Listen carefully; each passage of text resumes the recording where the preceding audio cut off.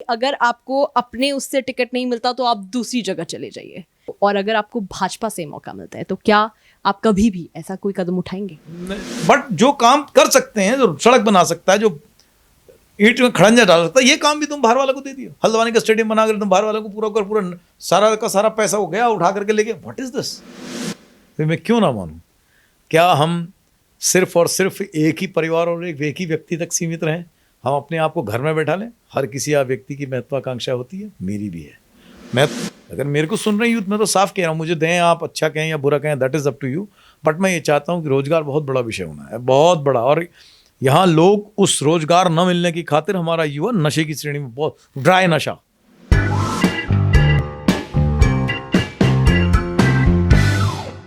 उत्तराखंड में चुनावी माहौल है और आज इसी चुनावी माहौल के बीच पगडंडी की टीम पहुंची है कांग्रेस के एक वरिष्ठ नेता के पास, जो उत्तराखंड को समझते हैं, पहाड़ को समझते हैं और यहाँ की राजनीति को समझते हैं। तो चलिए आज उनसे बात करते हैं और जानते हैं कि क्या तैयारियां हैं 2022 के चुनाव को लेकर।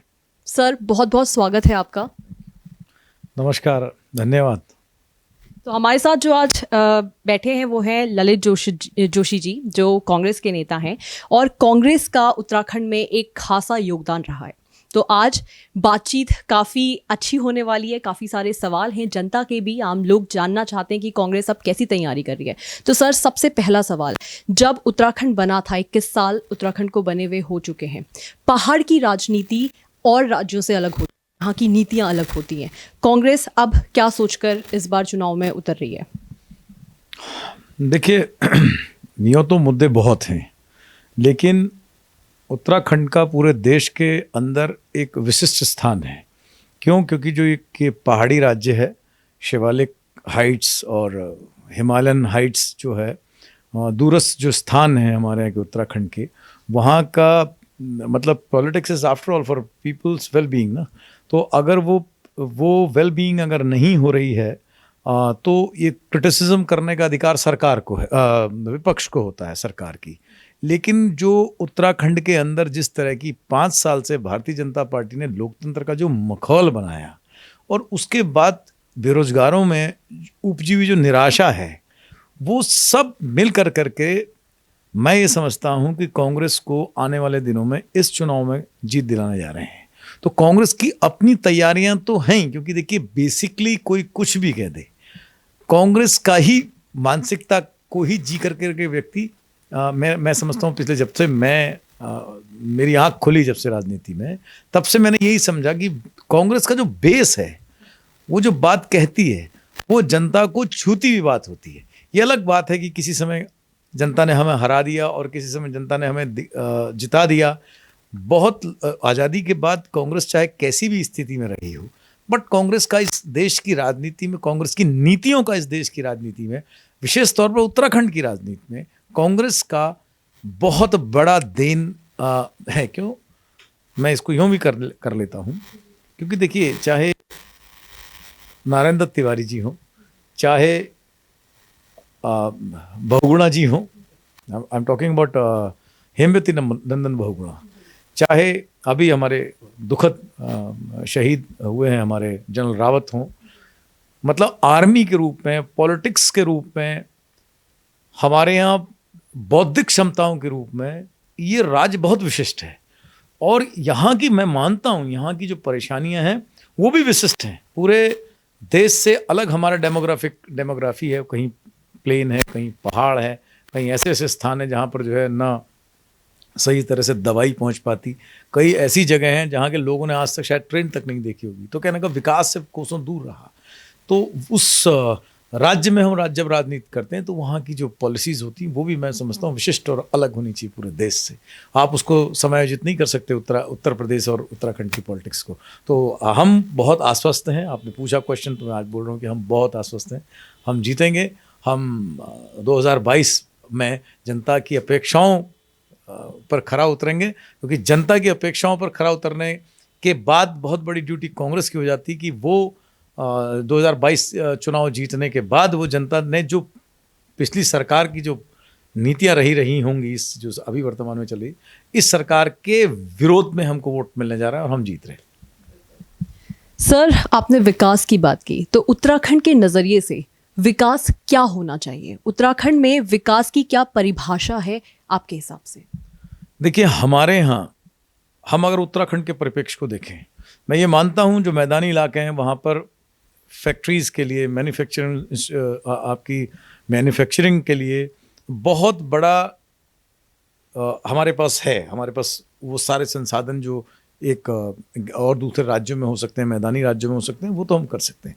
बट यहाँ का अधिकांश भाग वो पहाड़ी है। हमारे पास जल, हमारे पास जंगल और हमारे पास ज़मीन, ये तीन बहुत महत्वपूर्ण चीज़ हमारे पास है। हमारे पास बहुत बढ़िया इस पर्यटन की स्थिति है, चाहे वो धार्मिक पर्यटन हो, चाहे वो छुट्टियों में जो लोग यहाँ पर आना चाहते हैं, वो बहुत नेचर हमारे पास भरा पड़ा है। हमको देखिए इन्हीं संसाधनों को इस्तेमाल कर करके हमको इसी के अनुसार अपनी नीतियाँ बनानी चाहिए। मैं इसमें एक बात और जोड़ूंगा। देखिए, मैं उत्तराखंड राज्य आंदोलनकारी रहा हूँ और मैं अपने कॉलेज लाइफ से इस आंदोलन से जुड़ते हुए, और जब ये बना तो हमने बहुत अच्छी तरह से देखा है कि किस तरह से आंदोलन शुरू हुआ और किस तरह से उसका पटापेक्ष उत्तराखंड राज्य बनने में हुआ। बट उसकी जो हमारे उस समय की जो नीतियाँ थीं, वो आज भी मुझे कहने में इसमें कोई शक नहीं कि वो नीतियाँ हम नहीं बना पाए। वो हम जो उत्तर प्रदेश के साथ हम अपने आप को जोड़ने लगते हैं, जबकि उत्तर प्रदेश एक अलग भौगोलिक परिस्थिति का राज्य है और उत्तराखंड एक अलग भौगोलिक। जो इसकी नीतियां, हमारे जल, हमारे जंगल, हमारे ज़मीन, 17 पैरेलल रिवर हमारे यहाँ बहती हैं। 17 सदा नीरा रहते जो नदियाँ हैं वो यहाँ बहती हैं। लेकिन बावजूद उसके हम बहुत सी चीज़ें हैं जिनको हम नहीं कर पाए, हम उसके अनुसार नीति नहीं बना पाए, जिसकी वजह से पलायन बढ़ा। और पलायन बढ़ने का खामियाजा ये हुआ कि शहरों पर दबाव बढ़ने लगा। उसके अनुपात में हमारे पास ना इतने संसाधन, ना फैक्ट्रीज थी कि हम उन लोगों को जॉब लगा पाते, उनकी नौकरी। तो बेरोजगारी फैली। तो ये बस ये हल्द्वानी और देहरादून जैसे जो हमारे शहर हैं बड़े, जो एक आकर्षण का केंद्र रहते हैं पहाड़ के लोगों के लिए, वो यहाँ आए और यहाँ से रेफर होकर करके फिर बड़े शहरों में चले। कहने का मतलब है जिस वजह से उत्तराखंड राज्य बना था, मेरी नज़र में वो हम उन नीतियों को हम अभी हमारे पॉलिटिशियंस बनाने में असफल रहे हैं। पूरी तरह तो नहीं कहता, मैं निराशावादी नहीं हूँ, पूरी से तो मैं नहीं कहता, लेकिन जो होना चाहिए था वो नहीं हुआ। और ये बड़ा मैं समझता हूँ कि इस पर विचार होना चाहिए, इस पर चुनाव लड़े जाने चाहिए। मैं तो सोचता हूँ 2022 का चुनाव हर कीमत में रोजगार को लेकर करके होना चाहिए। क्यों? क्योंकि बिकॉज हमारे यूथ बेरोजगार है, हम नीतियाँ नहीं बना पा रहे हैं अगर उसके अनुसार। तो ये हमारे आईएस जो हमारी लॉबी है, ये उसका फेलियर है। ये वही लॉबी है जिस लॉबी ने कभी भी देहरादून पे ही राजनीति, अस्थायी राजनीति बनाने में सबसे ज़्यादा जोर लगाया। उनको ये समझ में नहीं आया कि वो उसी डिलेमा में जी रहे हैं कि हम उत्तर प्रदेश से अभी अलग नहीं हुए हैं और हम देहरादून जैसी, भाई ये पहाड़ का राज्य है, यहाँ पर जो राजधानी होनी चाहिए थी वो गैरसैंण होनी चाहिए थी। तो ये सब बहुत सी चीज़ें हैं जिन पर काम किया जाना बाकी है। सर, आपने गैरसैंण का भी मुद्दा उठाया, आपने ये सारी बातें बोली।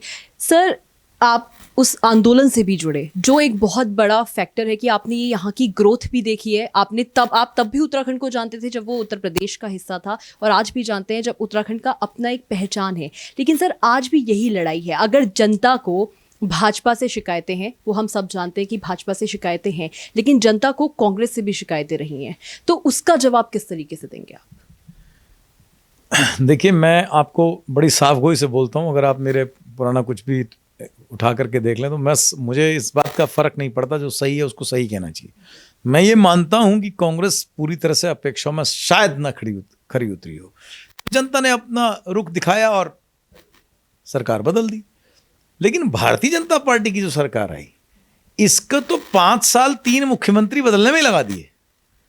मैं बहुत टीवी चैनल से बोलते हैं इंटरव्यू, तब भी कहता हूँ, आज भी कहता हूँ, रोजगार के नाम पर 3 लोगों को रोजगार दिया अभी 5 साल के भीतर। त्रिवेंद्र सिंह रावत को दिया, तीरथ सिंह रावत को दिया, और तीसरा इसको दिया, हमारे श्रीमान धामी जी को दिया, माफ़ कीजिए, इनको दिया श्रीमान धामी जी को।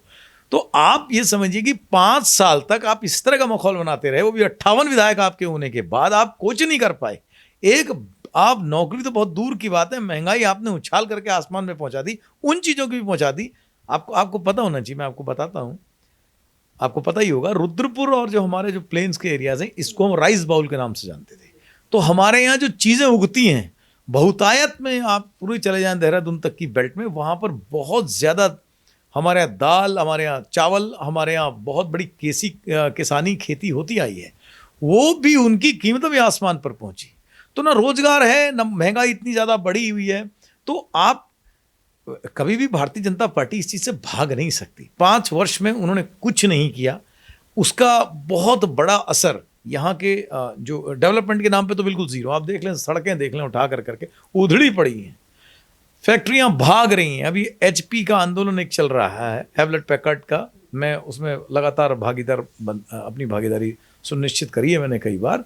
मैं वहाँ जा कर करके देखता हूँ, अरे भाई तुमने श्रम मंत्रालय बना रखे हैं, फैक्ट्रियां भाग रही हैं, ये लोग हमारे यहाँ फ्री तो ज़मीन ले गए, और फिर जब इन्होंने अपना कमा कुम लिया फिर कोई भाग रहे हैं। अरे इसके लिए तो सरकार होती है, आप क्यों नहीं उनको रोक सकते? रोकिए ना, उनसे पूछिए आप कौन होते हैं। आपने कॉन्ट्रैक्ट अगर 60 साल का किया है तो आप 10 साल में ही अपना झोला झमटा उठाया, पैसा कमाया, भाग गए, और ज़मीन जो है वो अपने नाम पे करा ली फ्री की। सरकार ने इसलिए ज़मीन दी थी कि आप यहाँ पर काम करोगे, रोजगार पैदा करो, आप भागने के लिए नहीं आए। तो ये बहुत सी चीज़ें हैं, पब्लिक में भयंकर रोष है भारतीय जनता पार्टी के खिलाफ। देखिए अब क्या होता है, होना बहुत सी चीज़ें हैं, वो आप पूछेंगे तो हम आपको बताएंगे। सर अभी का सबसे बड़ा सवाल यह है कि क्या अभी हम जिनके साथ बैठे हैं वो हल्द्वानी विधानसभा के दावेदार हैं? क्या आप खुद को एक दावेदार की तरह देखते हैं? क्यों नहीं भाई, 30 साल की मेरी पॉलिटिकल राजनीति में मैं मतलब समझ लिए कि मैं शायद 20 साल का रहा हूँगा। तो एक NSY का 19 साल का शायद में था, तो एक NSY का एक कॉलेज का बॉय बन करके मैंने जो है वो अपनी राजनीति वहाँ से शुरू करी, जहाँ आज 2021 आ गया 91 में, तो पूरे 30 साल हो जाते हैं जी। तो 30 साल में हमने छात्र जीवन भी दिया, मैं सचिव भी रहा हूँ, छात्र संघ का अध्यक्ष भी रहा हूँ, महासंघ का अध्यक्ष भी रहा हूँ, और मैं कांग्रेस के हर फॉर्मेट, चाहे NSY हो, चाहे यूथ कांग्रेस हो, चाहे सीनियर कांग्रेस हो, सरकार के साथ भी, सब भी मैंने काम किया। मैंने तिवारी साहब के, नरेंद्र तिवारी के साहब के साथ मैं वाइस चेयरमैन था ट्रेड टैक्स का, गवर्नमेंट बॉडी होती है, तो मैंने वहाँ भी काम किया। तो अब सब इतना सब कुछ जब हमने किया, मैं केमो का भी जो है व्यवस्थापक रहा, तो 1936 की कंपनी है, उसका भी मैं व्यवस्थापक रहा। तो कहने का मतलब है, अगर 30 साल की राजनीति के बाद मैं अपने आप को क्यों ना मानूं भाई, तो मैं क्यों ना मानूं? क्या हम सिर्फ और सिर्फ एक ही परिवार और एक ही व्यक्ति तक सीमित रहें? हम अपने आप को घर में बैठा लें? हर किसी व्यक्ति की महत्वाकांक्षा होती है, मेरी भी है। महत्वाकांक्षाएं होना ज़रूरी है। अगर महत्वाकांक्षा नहीं होगी इंसान के अंदर, तो या तो वो झूठ बोल रहा है, या फिर वो कर्मशील नहीं है। या तो वो झूठ बोल रहा है और या वो कर्मशील नहीं है। तो भैया, ना मैं झूठ बोल रहा हूँ, ना मैं अकर्मण्य आदमी हूँ। मैंने अपना जितना जीवन ही बताया संघर्ष के साथ बिताया है, और जनता के आशीर्वाद के साथ, खट्टे मीठे जो भी रहे उनमें। ऐसा नहीं है कि हम भगवान तो है नहीं, खुदा तो है नहीं कि सब हमको हमारे लिए ताली बजाए, नहीं। सब जगह में सम्मान ही मिले ऐसा भी नहीं है। बट इतना लंबा समय अगर जो बिताता है, उसके अंदर ये क्षमताएं अगर हैं, तो उसको बनना चाहिए। मैं ही नहीं, चाहे कोई भी हो। मैं कुछ चीज़ों को बिल्कुल खिलाफ हूँ। बहुत समय बहुत लोगों को मौका मिल गया। मैं समझता हूँ आज मुझे लगता है कि हल्द्वानी को एक बदलाव की आवश्यकता है। सर राजनीति में, लेकिन भाजपा कहिए कांग्रेस कहिए, परिवारवाद चलता हुआ आ रहा है। तो जब परिवारवाद चलता हुआ आ रहा है, आप इसको कैसे देखते हैं? हमने हमेशा देखा है कि जो राजा है, राजा का बेटा राजा, ये हमारे लिए बहुत गलत साबित होता हुआ आया भी है, और कभी कभी ये एक मोरा सही चल भी जाता है। लेकिन आज अगर हम हल्द्वानी शहर की बात करें, तो क्या यहाँ पे परिवारवाद सही है? देखिए, वैसे तो देखिए, हमारे कांग्रेस की नीति निर्धारक जो हैं, ये बात उनके लिए सोचने का विषय है। मैं समझता हूँ ये ज़्यादा अच्छा आंसर तो वो दें। लेकिन क्योंकि आपने व्यक्तिगत रूप से मुझसे पूछा है, तो मैं एक बात मानता हूँ कि अभी तो हम नहीं हम इसको, इट्स वेरी अर्ली टू से कि क्या होने जा रहा है। बट लेकिन इतने साल राजनीति करने के बाद मेरा स्वाभिमान तो मुझे बिल्कुल भी ये अलाउ नहीं करता कि मैं शहर सी जो चीज़ बहुत लोगों को गलत लग रही, उसके प्रति मैं सिर्फ अपने मुंह बंद करके बैठा रहूँ, ये मैं नहीं कर सकता। लेकिन क्योंकि मैं कांग्रेस के एक दायरे में जुड़ा हुआ हूँ, और पार्टी के अंदर जब आप होते हैं तो आपको बहुत सही और बहुत संयम से रहना भी पड़ता है, बहुत सही और बहुत संयम से नीति को बढ़ाना भी पड़ता है, और कभी कभार जो मन में होता है उसको मन में ही रखना पड़ता है। तो मैं ये, लेकिन इतना ज़रूर है कि कई चीज़ हैं जो मुझे स्वीकार नहीं है, और देखते हैं आगे क्या होता है। मैं मैं ये मानता हूँ कि मैं ही नहीं, मैं अपने लिए अकेले नहीं कहता, मैं कहता और भी हैं जो काबिल लोग हैं, उनको भी आगे आना चाहिए। देखो, मैंने अपनी राजनीति ना, वो किसी के नाम से मैं नहीं जाना जाता, मैं किसी के नाम से नहीं जाना जाता। मैं अगर यहाँ भी पहुँचा ना, अपनी मेहनत से पहुँचा। मैंने फिर कहा ना, अच्छे और बुरे दोनों तरीके के लोग मेरे प्रति भी बोलते होंगे, ऐसा नहीं है कि मैं कोई भगवान हूँ खुदा। बट मैं ये मानता हूँ कि अंध तरीके से आंख बंद कर कर करके सिर्फ और सिर्फ आप सालों से एक ही परिवार को टिकट देते जाएं, तो उस पर मुझे आपत्ति है। लेकिन मैं एक दायरे में हूँ, मुझे उम्मीद है कि हमारी कांग्रेस के जो हमारे लीडर हैं वो समझेंगे इस बात को। इस बात में नया, मैं चाहता हूँ हल्द्वानी को मौका नया मिलना चाहिए, वो चाहे किसी के रूप में मिले, चाहे मेरे रूप में मिले, चाहे कोई और रूप में मिले। देखते हैं। बिल्कुल सर, आप हल्द्वानी शहर को समझते हैं, उस समय उस हिसाब से हम भी ये कहेंगे कि हल्द्वानी को एक बदलाव की ज़रूरत है। तो यहाँ से कुछ ऐसे चेहरे सामने आने चाहिए जो पहाड़ को समझते हैं और हल्द्वानी शहर को समझते हैं। तो ऐसे में सर एक उत्तराखंड का एक और रिचुअल चलता है जो जनता को बिल्कुल पसंद नहीं है, वो है कि अगर आपको अपने उससे टिकट नहीं मिलता तो आप दूसरी जगह चले जाइए। तो सर अभी तक कांग्रेस ने ये हल्द्वानी सीट के लिए किसी को टिकट तो दिया नहीं है। तो अगर आप इसके प्रबल दावेदार हैं, हम समझते हैं, जनता समझती है, आप सक्रिय रहे हैं इतना राजनीति में, अगर ऐसा नहीं होता है तो, और अगर आपको भाजपा से मौका मिलता है तो क्या आप कभी भी ऐसा कोई कदम उठाएंगे? नहीं, देखिए एक बात आप बिल्कुल चलता है जो जनता को बिल्कुल पसंद नहीं है, वो है कि अगर आपको अपने उससे टिकट नहीं मिलता तो आप दूसरी जगह चले जाइए। तो सर अभी तक कांग्रेस ने ये हल्द्वानी सीट के लिए किसी को टिकट तो दिया नहीं है। तो अगर आप इसके प्रबल दावेदार हैं, हम समझते हैं, जनता समझती है, आप सक्रिय रहे हैं इतना राजनीति में, अगर ऐसा नहीं होता है तो, और अगर आपको भाजपा से मौका मिलता है तो क्या आप कभी भी ऐसा कोई कदम उठाएंगे? काबिल लोग थे, मुझे अफसोस भी है, उन लोगों के लिए बहुत अफसोस है। काबिल लोग थे जी, उन लोगों को इस राज्य में विधायक होना चाहिए था बड़ी संख्या में, लेकिन वो नहीं हो पाए। उसका कारण क्या था? शायद हमने कुछ समय या तो हमने अपना खो दिया, और या फिर हम दूसरों को बनाने में लगे रहे। हमने बहुत मेहनत करी दूसरों को बनाने में, अगर शायद हमने इतनी मेहनत अपने लिए कर ली होती तो आज हम शायद दूसरी या तीसरी बार के विधायक होते या पदों में बैठे होते। मैं 2013 में बताता हूँ, 2013 में मैंने टिकट मांगा था। उस समय मैं तो इंदिरा जी को, अब स्वर्गीय इंदिरा जी अभी नहीं हैं इस दुनिया में, लेकिन 2002 में जब चुनाव लड़ी थी तो आप किसी से भी पूछ सकते हैं, हम लोगों ने बहुत मेहनत करी उनके लिए, वो जीती। उसके बाद 2007 में पूरा उनके लिए हमने पूरा न्यौछावर कर, लेकिन वो नहीं जीत पाई। 2012 में तो हमने जो है जितना हम कर सकते थे, अपनी मेहनत सभी लोगों ने मिला करके उनको जितवाया। लेकिन फिर कुछ ऐसे इंसिडेंसेस हुए 2013 में कि कतिपय कारणों से मुझे टिकट नहीं मिला, लेकिन मैंने कांग्रेस नहीं छोड़ी। हाँ, 2018 में भी मैं इस बात का, मुझे आपत्ति थी कि भाई आप एक ही टिकट सभी एक जगह दे देंगे, सभी एक परिवार के अंदर चले जाएंगे, तो बाकी जो लोग बैठे वो क्या करेंगे। तो वहाँ पर भी मैंने अपनी आपत्ति दर्ज कराई थी, लेकिन वो लंबी कहानी है। लेकिन फिर भी हम लोग ने एक संयम का परिचय दिया, और होता ही है, दुख होता ही है इंसान को, जब इतना लंबा आदमी राजनीति में बैठा है तो दुख तो होता ही। लेकिन फिर भी हमने अनुशासनहीनता नहीं करी, हम गए नहीं किसी और पार्टी के अंदर, और बहुत सी और चीज़ें थी, क्योंकि उस समय का जो माहौल था, उस समय के माहौल पे भी हमने कुछ ऐसी चीज़ें हुई थी जिसमें हमको कई एक जगह से हमको ऑफ़र भी दिए गए थे, बट वो ऑफ़र चाहे कितने पुख्ता थे या धुंधले थे ये नहीं मैं कहता, बट वो तो हमने कभी उस तरफ जाने की सोची भी नहीं आज तक, क्योंकि हमारी जो सेट मानसिकता है वो बदल नहीं सकती। अब हमने छात्र जीवन जिया है, और कहीं ना कहीं हमारा अति स्वाभिमान हमें जो है, जो कई चीज़ों में पीछे धकेलता है। मेरे ख्याल से बहुत ज़्यादा लक्ष्य पच्च करने की बात आदत, लच्छेदार बात करने की शायद हमको अगर आदत नहीं है, वो भी एक कारण बन जाता है कि कहीं पर अपने आप को आप कभी कभार अपने आप को आप बिल्कुल साइलेंट मानते हो। तो मैं ये कहता हूँ कि अगर कहीं पर एक मौका मैं चाहता हूँ, ये शहर अगर देखे तो, और बहुतों को आजमाया, बहुत से 5 साल किसी को भी आजमा के देख ले, हमको भी आजमा करके अगर ये शहर देता मौका मिले। और मुझे देखिए, लोकतंत्र में जनता जनार्दन है भाई, उससे बड़ा कोई नहीं है।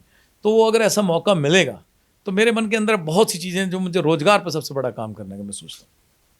मैं अपनी बात आपको इससे आगे भी शेयर कर देता हूँ कि मैं चाहता हूँ कि हल्द्वानी शहर में जमरानी बांध जैसे स्थायी प्रोजेक्ट बने, जिससे कम से कम यहाँ के लोगों को बिजली पैदा होगी उसी बात से, अगर सिंचाई की व्यवस्था उस बात से होती है, अगर पेयजल की व्यवस्था उस बात से होती है, अगर पर्यटन की व्यवस्था उस बात से होती है, अगर मछली पालन की व्यवस्था उस बात से होती है, और उस बात के साथ बहुत और चीज़ें जुड़ी हुई होती हैं। अगर रोजगार इतने लोगों को, इतने हज़ारों लोगों को रोजगार अगर मिलता है, और सब, तो ऐसे प्रोजेक्ट्स का उत्तराखंड के अंदर बन जाने चाहिए थे बहुत पहले। और हल्द्वानी का जो विधायक रहता है उसके लिए सबसे बड़ी, मतलब वो आजीवन अमर हो जाता। बट मैं अनफॉर्चुनेटली बोलता हूँ कि उस पर ज़्यादा काम नहीं किया गया। मेरा तो मन है, अगर मैं विधायक बनूँ तो मेरा सबसे पहला मन होगा मैं जमरानी बांध बनना चाहिए। हल्द्वानी का जाम बहुत बड़ी समस्या है, इतनी बड़ी समस्या, आप घर से जाओ तिकोने तक जाने में, आज मैं जहाँ रहता हूँ, मैं भी शहर के बिल्कुल बीच में रहता हूँ, और यहाँ से मुश्किल से मुझे, मेरे अगर देखें तो आप 3 किलोमीटर भी पूरा नहीं होगा आपका तिकोनिया, लेकिन मुझे पूरे 15 मिनट लग जाते हैं। जहाँ मुझे 4 मिनट मुश्किल लगे, 15 मिनट मुझे लग जाते हैं वहाँ पहुँचने में। तो आज जाम बहुत बड़ी समस्या, ISBT सहित आप देखें, और ये बहुत बड़ी समस्या, ये निपट जानी चाहिए। आज आप देखें कि बनभूलपुरा के अंदर 1.5 लाख आबादी बेचारी रोज रेलवे के खंभों को लेकर करके परेशान है। भाई, आप इतनी बड़ी आबादी को यूं ही छटका नहीं सकते कि आपने कह दिया कि साहब यहाँ, आपको सरकार का ये कर्तव्य होता है कि उसका कोई हल निकाले। मैं समझता हूँ कि ये मुद्दे हैं जो हल होने चाहिए। दमोडुंगा का मुद्दा है, हल्द्वानी के अंदर तमाम नजुल भूमि का मुद्दा है। भाई, ये नजुल भूमियाँ कब होंगी? इनको बहुत पहले हो जाना चाहिए था। भाई, नजुल भूमि, अगर किसी के पास कोई अपना घर है, वो कम से कम नजुल भूमि से अगर वो वर्ग 1 कौ में आएगा, तो कम से कम ये तो होगा कि भाई कुछ लोगों को जो है वो, अगर किसी को भी ज़रूरत पड़ गई तो उसको बैंक में गिरवी तो रख सकेगा अपनी प्रॉपर्टी को। तो सही मायनों में देखा जाए ये बहुत छोटे लेकिन बहुत अदृश्य जरूर हैं। खैर कुछ तो ओपन ही हो गए हैं, लेकिन अदृश्य जरूर, लेकिन बड़े महत्वपूर्ण मुद्दे हैं। अगर ये सब मुद्दे हों, कोई हल्द्वानी में अगर हमें मौका मिले, तो मैं ये समझता हूँ कि इन मुद्दों पर पहले ही आपको इन मुद्दों पर काम करना होगा।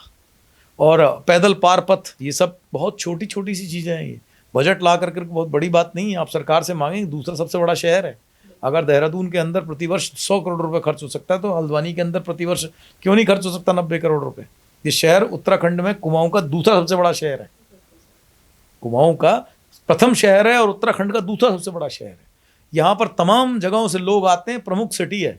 तो इसका कायाकल्प होना चाहिए। सिर्फ रोड है बंद कर करके ताली पिटवा देना कुछ नहीं होता। किसी घर में पाइपलाइन देने से अकेले कुछ नहीं होता। वो भी महत्वपूर्ण है, बट अकेले उससे भी कुछ नहीं होता। तो मैं समझता हूँ कि इन चीज़ों पर बदलाव होना जरूरी है। युवाओं का इस समय उत्तराखंड में, हल्द्वानी के अंदर युवाओं पर बहुत दबाव, जॉब्स नहीं, उनके पास जॉबलेस हो चुके हैं। तो ये सारी चीज़ों पे मतलब it needs to be worked, और सीरियसली यहाँ पर वर्क होना चाहिए। मुझे समझता है कि मुझे मौका मिल जाए तो I will go for it. मैं चाहता हूँ कि इस पर काम हो। सर, आपने जितनी भी नीतियों पर बात करी, हम ये मान लें कि ये सब आपकी नीति है, अगर आपको मौका मिलेगा तो आप इस पे ज़रूर काम करेंगे? नहीं, देखिए, नीतियाँ मेरी नहीं हैं। नीतियाँ तो जो लोग बना करके बहुत पहले 40, अब जमरानी बांध को 40 साल हो गए भाई। आप बताइए, वो जब आज HMT की बात है, एक HMT तिवारी साहब लगा करके गए, तो कोई और प्रोजेक्ट बता दो जिसमें इतने लोग ना जॉब में लगे होंगे हैं। मैं तो हल्द्वानी की बात कर रहा हूँ, बस ज़्यादा मैं दूर की बात कर ही नहीं रहा। हल्द्वानी से सटी हुई ये है, और उसमें एक फैक्ट्री हुआ करती थी, Century Pulp and Paper. Tiwari ji फिर आए, फिर उन्होंने जो है इतना बड़ा सेटअप सिडकुल का किया, तो थोड़े बहुत वहाँ जॉब में लग गए। बट हल्द्वानी का क्या? यहाँ 15-15, 20-20 साल सत्ता लोगों के पास रही। पूछना चाहिए सब लोगों को। मैं तो यूथ को पूछना चाहिए। अगर मेरे को सुन रहे यूथ, मैं तो साफ कह रहा हूँ, मुझे दें आप, अच्छा कहें या बुरा कहें, that is up to you. But मैं ये चाहता हूँ कि रोजगार बहुत बड़ा विषय होना है, बहुत बड़ा। और यहाँ लोग उस रोजगार न मिलने की खातिर, हमारा युवा नशे की श्रेणी में, बहुत ड्राई नशा, आई एम टॉकिंग अबाउट ड्राई नशा, बहुत खतरनाक तौर से हो गया। और जो इसके पेडलर्स हैं, वो आश्चर्य की बात है, वो कहीं ना कहीं नेताओं का उनको संरक्षण है। हाँ, और इतने छोटे से, इतने खूबसूरत उत्तराखंड के अंदर, छोटे से हल्द्वानी के अंदर, आप हर गली मोहल्ले के अंदर स्मैकिया देख लेंगे आप, ड्राई नशा। तो ये सब चीज़ें needs to be stopped at any cost. मैं तो साफ कह रहा हूँ, इसको बिल्कुल बंद होना चाहिए। और अगर कहीं पर कोई चीज़, अगर मैं कहीं पर बनता हूँ, तो मुझे लगता है seriously it should be work very seriously. और जनता को ये बात समझनी चाहिए कि एक ऐसा व्यक्ति जो हल्द्वानी में रहा है, एक ऐसा व्यक्ति जो इस शहर की चीज़ों को समझ सकते हैं, उन्हें मौका मिलना भी चाहिए और ये कहीं ना कहीं हमारे शहर के लिए एक बदलाव का जरिया भी बन सकता है। सर, आप हमने काफ़ी सारे प्रोजेक्ट्स के बारे में बात की, तो रानी बाग में अभी पुल का एक निर्माण चल रहा है, उसको भी काफ़ी समय हो गया है सर, बल्कि वो बहुत मेन एनएच में है, उसकी वजह से काफ़ी ज़्यादा प्रॉब्लम है ट्रैफिक की चीज़ों की।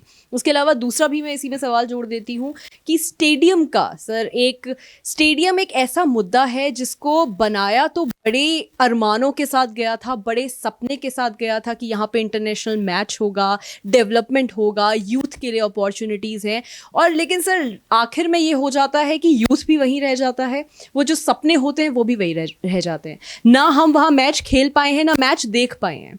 और अब इसकी आगे की क्या स्थिति है आप भी समझते हैं सर, ये सब क्यों हल्द्वानी में हो रहा है, क्यों नहीं इसके खिलाफ आवाज़ उठाई जा रही है? विपक्ष को इसमें काफ़ी सक्रिय होना चाहिए। देखिए, मुद्दा तो इतना ज़बरदस्त आपने ये उठाया ना, जो आपने स्टेडियम वाली बात कही। जो भी आपके टीवी चैनल में मेरा ये इंटरव्यू देखेंगे, उनमें से गारंटी देता हूँ अधिकांश ऐसे लोग थे जिनको आज नहीं, मैं 6 साल 7 साल पहले इस बात को कहता था कि स्टेडियम अपनी जगह है, लेकिन स्टेडियम से ज़्यादा ज़रूरी है जमरानी बांध जैसे प्रोजेक्ट होने चाहिए, क्योंकि स्टेडियम एक ना एक दिन सफ़ेद हाथी बन के रहता। मैं कहता था कि ये सफ़ेद हाथी बन के रहेगा। आज अनफॉर्चुनेटली, किसकी गलती क्या गलती मैं नहीं कर सकता, बट अनफॉर्चुनेटली वो सफ़ेद हाथी बन के रहा। ठीक है, मैं आपको एक उदाहरण देता हूँ और इससे आप समझ जाएंगे। ऐसा है ना कि कोई चीज़ बनती है, पहले जो राजा थे ना, वो क्या करते थे कि अपनी जनता को, पहले कोई फैक्ट्री तो लगती नहीं थी, आज से 150 साल पहले चले जाएं, तो वो क्या करते थे, जगह जगह पर महल बनवाते थे। कहीं पर एक गांव में एक कुआं की ज़रूरत होती तो 5 कुएं खुदवाते थे। तो वो इसलिए बनाते थे महल की, वहाँ पर रहने वाले लोगों को रोजगार मिल जाए, उससे कोई सीमेंट का काम, सॉरी मतलब कोई मिट्टी उस समय जो भी हो, कमोबेश यही चीज़ें यहाँ भी थी। लेकिन आपके घर में अगर आपके बगल में अगर कोई मकान बन रहा है, आपको उसकी धूल मिट्टी जब आप खा रहे हैं, तो वो धूल मिट्टी तभी आपको अच्छी लगेगी जब उस मकान के काम का जिम्मा आपके पास है, आप उस मकान के काम बनाने में 2 रुपये कमा रहे हो। ठीक है ना। जब पूरा का पूरा स्टेडियम हमारा बन गया और काम लोकल के लोगों को यहाँ पर मेरे ख्याल से तो कुछ नहीं मिला, और जब वो स्टेडियम बना तो भेंट चढ़ गया है, उसमें जांच भी होती है, भेंट चढ़ गया वो राजनीति की। तो मैं समझता हूँ, मैं किसी प्रोजेक्ट का विरोध नहीं कर रहा हूँ, बट मैं ये कह रहा हूँ कि ये जनता के सोचने पर है कि ये जो प्रोजेक्ट्स हैं, ये जनता का जो 300 करोड़ रुपए इस पे लगा है, उस पे आज जो है गाय हेलीकॉप्टर उतरने का स्थान बन के रह गया, या गाय भैंस को चुगाने का स्थान बन के रह गया। मतलब क्या समझ में नहीं आता मुझे कि क्या सोच कर करके सिर्फ ऐसे प्रोजेक्ट्स अगर बनते हैं, तो अगर उनका कोई लाभ नहीं हो रहा है, तो मैं समझता हूँ कि इस छोटे से राज्य के अंदर ये बड़ी दुखद स्थिति है। और मैं सिर्फ इस बात की बात भी नहीं करता, एक बात मैं और आपको बोलता हूँ, इसमें ऐड करता हूँ, जो मैं समझता हूँ कि ये होनी चाहिए। अगर पता नहीं मेरी बात का शायद किसी को अच्छा लगे या बुरा लगे, मैं ये सोचता हूँ कि एक मैं ही नहीं, इन सारे विधायकों को जो भी हैं, जो अभी बनेंगे या फिर हमको मौका लगेगा, हमको अगर भगवान ने मौका दिया, हमको अगर बन गए, तो मैं तो साफ कह रहा हूँ कि किसी भी हालत पे सबसे पहले जो हमारे यहाँ जो रोजगार है, चाहे वो ठेकेदारी का भी रोजगार हो, ठेकेदारी अपने आप में बहुत बड़ा रोजगार है भाई।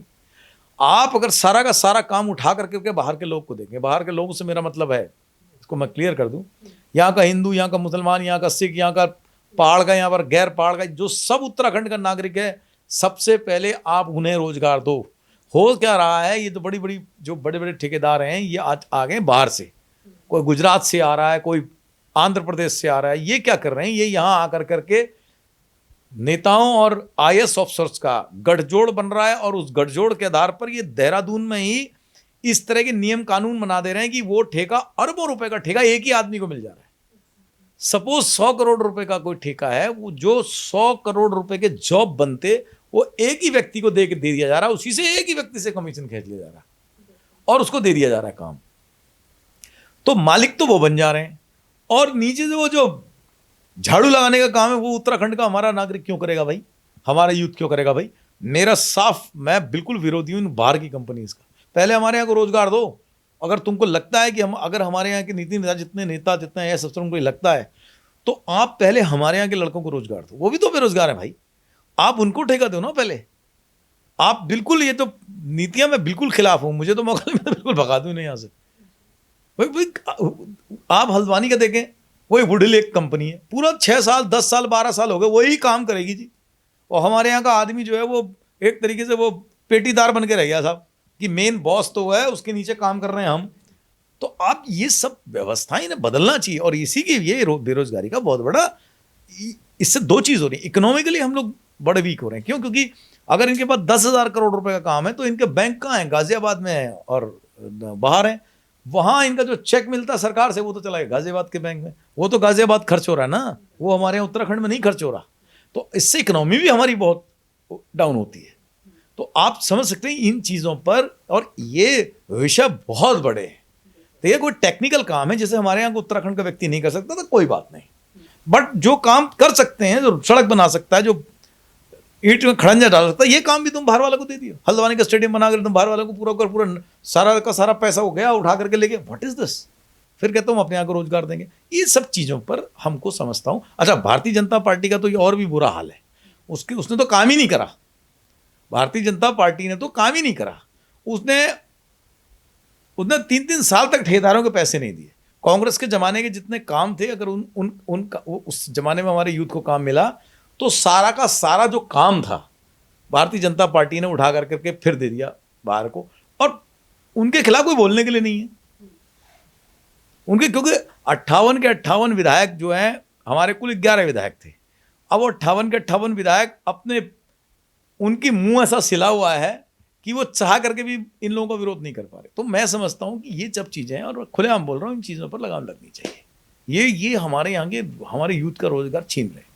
बिल्कुल सर, ये बहुत बड़ा मुद्दा है उत्तराखंड के लिए। शिक्षा, स्वास्थ्य और रोजगार, ये 3 चीज़ बहुत ज़रूरी भी है, इन पे काम करना भी बहुत ज़रूरी है। सर, आखिरी सवाल आपसे पूछती हूँ कि भाजपा ने यहाँ पकड़ बनाई, लेकिन फिर जनता की में आक्रोश भी हम देख सकते हैं भाजपा को लेकर कि इस बार हकीकत में काफ़ी सारे सवाल उठ रहे हैं, काफ़ी सारी ऐसी चीज़ें हैं। तो क्या हम ये समझ सकते हैं कि कांग्रेस इस बार तैयार है, इस बार रण के लिए बिल्कुल तैयार है, और भाजपा की जो भी एक तरीका है उनका, चाहे गलतियां भी हमें साफ नजर आ रही हैं, हम हमेशा बोलते हैं कि हमारे जो ये एक हमारे यहाँ के मुख्यमंत्री का चयन नहीं हो पाता है, बार बार उसमें बदलाव हो रहे हैं।